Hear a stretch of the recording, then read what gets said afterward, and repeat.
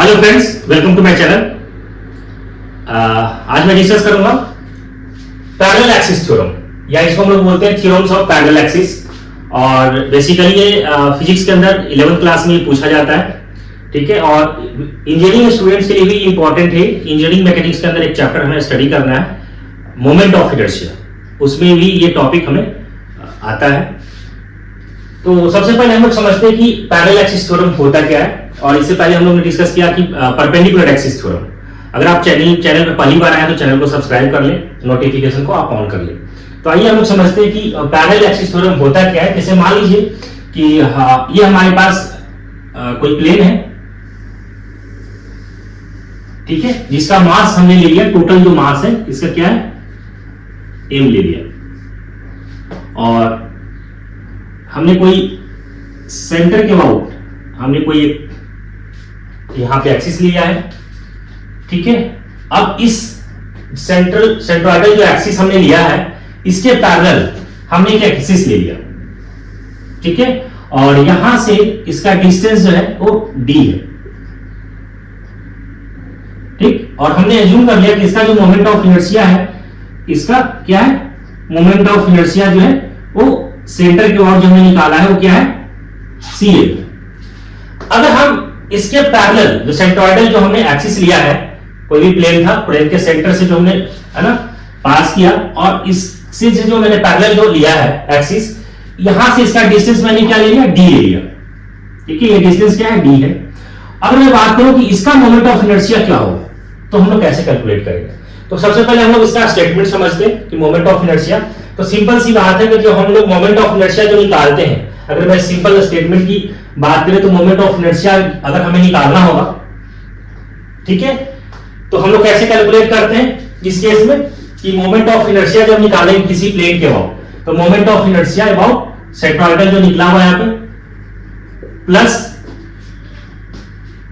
ठीक है, total mass कितना है, हमने जो बॉडी लिया है जो है ना, तो टोटल मास हमने ले लिया m इनटू यहां से यहां डिस्टेंस कितना है, तो d है, तो मास इनटू डिस्टेंस का स्क्वायर, है ना।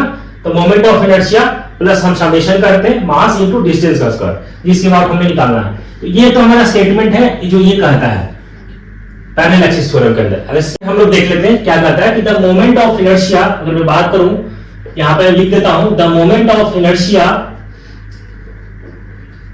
अबाउट एनी एक्सिस, ठीक है। हम लोग किसी एक्सिस के बाद जो मोमेंट ऑफ इनर्शिया निकालेंगे, ये moment of inertia about any axis which is parallel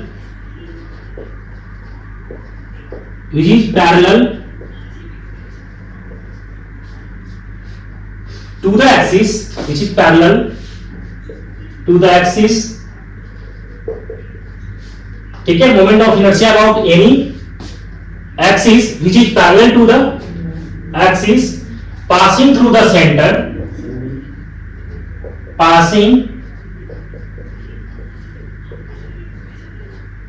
through the center, क्या होगा, passing through the center is equal to, ठीक है, passing through the center is equal to क्या होगा, moment of inertia about the axis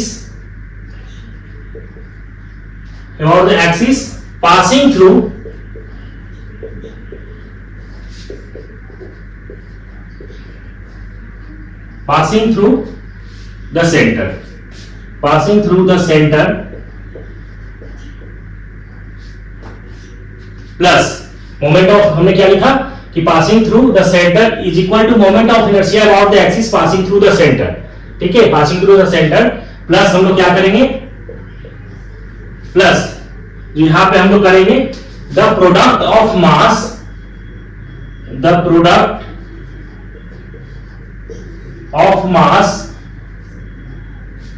ठीक है, the product of mass of the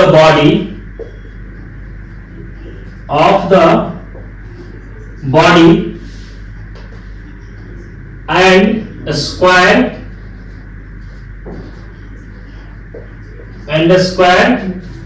of distance, क्या हो जाएगा, square of distance between the two parallel axis, two parallel axis. ठीक है, हमने क्या स्टेटमेंट लिखा फ्रेंड्स, देखिए यहां पे कि moment of inertia about any axis, moment of inertia about any axis, किसी भी एक्सिस के हम लोग मोमेंट ऑफ इनर्शिया जो निकालेंगे विच इज पैरेलल, पैरेलल होगा टू द एक्सिस, एक्सिस के पैरेलल होगा, पासिंग थ्रू द सेंटर। ठीक है, पासिंग थ्रू द सेंटर, जो हमारा सेंटर से जो पास कर रहा है, is equal to moment of inertia about the axis passing through the centre plus product of mass होगा of the body and the square of the distance between the two parallel axes, the square of the distance between two parallels, total mass है ना, and the square of the distance between two axes। ये हमारा जो है कहलाएगा ये moment of inertia जो हम लोग निकाला पैरेलल एक्सिस के वो, ये हमारा स्टेटमेंट है। अगर मैं इसी चीज को अगर आप देखिए, इसी चीज को प्रूफ करके अपन देखते हैं। जैसे मान लीजिए कि हमारा कोई यहाँ पे, और ये जो डिस्टेंस है जो सेंट्रोइडल एक्सिस से जो हमारा जो पैरेलल जो हमने जो लिया है, एक्सिस जो लिया है, उसका डिस्टेंस हमारा क्या रहेगा, कांस्टेंट रहेगा, ये वैरी नहीं करेगा। हम लोग यहाँ पे मास जो लेंगे, ये डिस्टेंस यहाँ पे भी हो सकता है, यहाँ पे भी हो सकता है, ये वैरी करेगा। तो हमने एज्यूम कर लिया कि यहाँ पे कोई है ना बॉडी है जिसका मास हमने ले लिया, यहाँ पे m ले लिया, और यहां से इसका जो डिस्टेंस है वो क्या है, x है। मैंने एज्यूम कर लिया कि यहां से डिस्टेंस x है। अब मैं बात करूं कि मोमेंट ऑफ इनर्शिया निकालें। ठीक है, मोमेंट ऑफ इनर्शिया निकालें यहां से, इस प्लेन है ना, इस एक्सिस के बाद कैसे निकालेंगे, तो मोमेंट ऑफ इनर्शिया अगर हम लोग यहां से अगर निकालना हमें होगा, तो उस कंडीशन में हम लोग कैसे कैलकुलेट करेंगे।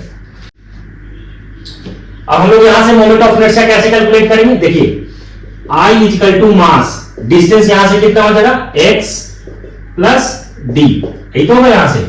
ठीक है, x प्लस डी, हम लोग moment of inertia mass into distance, तो मास इनटू डिस्टेंस हमारा तो ये हो गया, तो x प्लस डी। अगर हमें एक पार्टिकुलर पॉइंट के लिए लिया है यहाँ पे, अगर टोटल अगर की बात करें तो यहां से क्या हो जाएगा, समेशन लगेगा, समेशन ऑफ यहाँ पे क्या हो जाएगा, m x प्लस डी इसका स्क्वायर। अगर आप ब्रैकेट यहां से समेशन ऑफ m x का स्क्वायर प्लस आप ऐसे इसको सॉल्व करें पहले, x का स्क्वायर प्लस d का स्क्वायर प्लस 2x d, इसको ऐसे सॉल्व कर लीजिए। ठीक है, तो यहां से क्या हो जाएगा, समेशन ऑफ m x का square plus summation of m d का स्क्वायर प्लस समेशन ऑफ यहां पे क्या हो जाएगा, m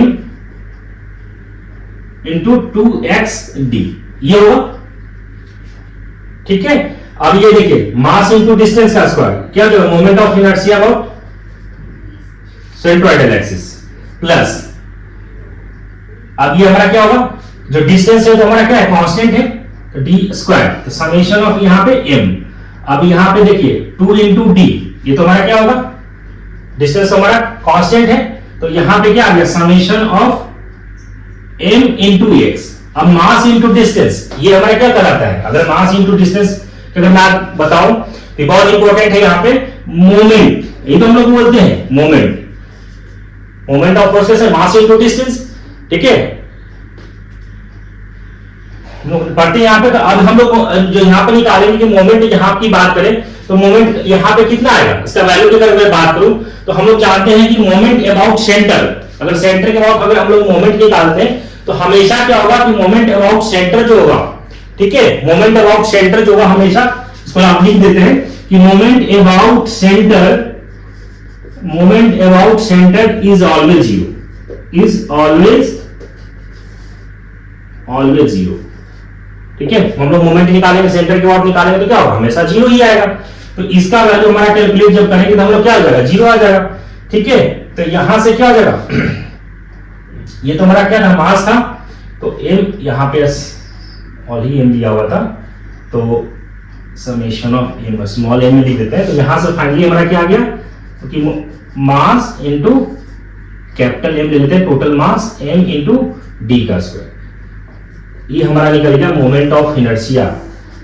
ठीक है, about centroidal axis plus mass into distance का स्क्वायर, ये हमारा निकल गया पैरेलल एक्सिस थ्योरम। जो हमने अभी स्टेटमेंट हमने देखा था पैरेलल एक्सिस थ्योरम का, हमारे पास ये था।